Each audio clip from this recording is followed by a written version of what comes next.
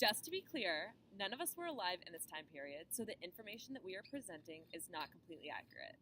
The information we interpreted from various sources that in themselves were interpretations. Olivia, would you like to tell us about the climate? The woodland period in Vermont started around 900 BCE and ended in 1600 AD. After the retreat of the last glacier, the climate warmed for a period, but at the beginning of the woodland period, it had begun to cool again. This favored species such as maple, birch, and evergreen, and the forests that we see in the woodland period were very similar to the ones that we have today. The wildlife as well we would all recognize and would be familiar to us. Now, Stacy, would you like to tell us about social structure? With the beginning of agriculture, new social divisions began to form. Women did the easier hoe agriculture work, while men later on did the harder plow work.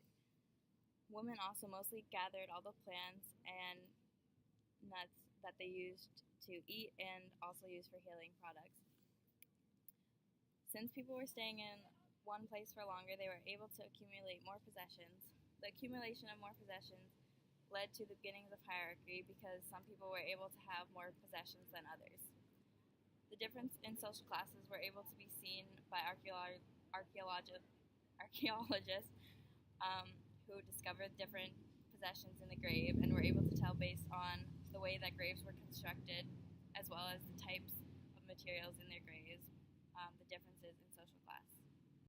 All right, now Tara, what did people eat? What strategies did they use to obtain food? What tools did they use to obtain or prepare food? Did these patterns vary seasonably? Those are some great questions, Sophie. People had a variety of ways to get food during the woodland period. This period was mostly characterized by agriculture, where they grew maize, corn, beans, and squash, but also hunted. They switched from a bow and arrow to a spear and atlatl for hunting. They also used salmon in the salmon hole to get other protein. They also were gatherers and picked a variety of plants used for both medicine and food. Hello, I'm back and I've been transported.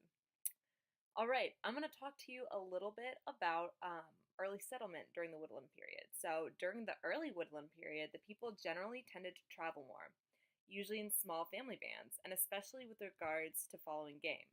During the middle woodland period, the development of agriculture caused the people to become more sedentary, generally creating villages of 3 to 4 families. But overall, they were still semi-nomadic and traveled depending on the seasons, usually setting up camp along rivers and flood banks. At this time, they began to live in longhouses. I'm also going to talk a little bit about the religious or spiritual life during woodland period. So during the woodland period, shamans served as communicators between the spiritual realm and man. The Abenaki people believed Grandmother Earth was the source of all life. They had a strong connection with nature because they believed almost everything on Earth was host to an animate spirit. This engendered an attitude of stewardship rather than ownership towards the land. During the woodland period, burials became ritual ceremonies. Oftentimes, people were buried with possessions that reflected their status in their community.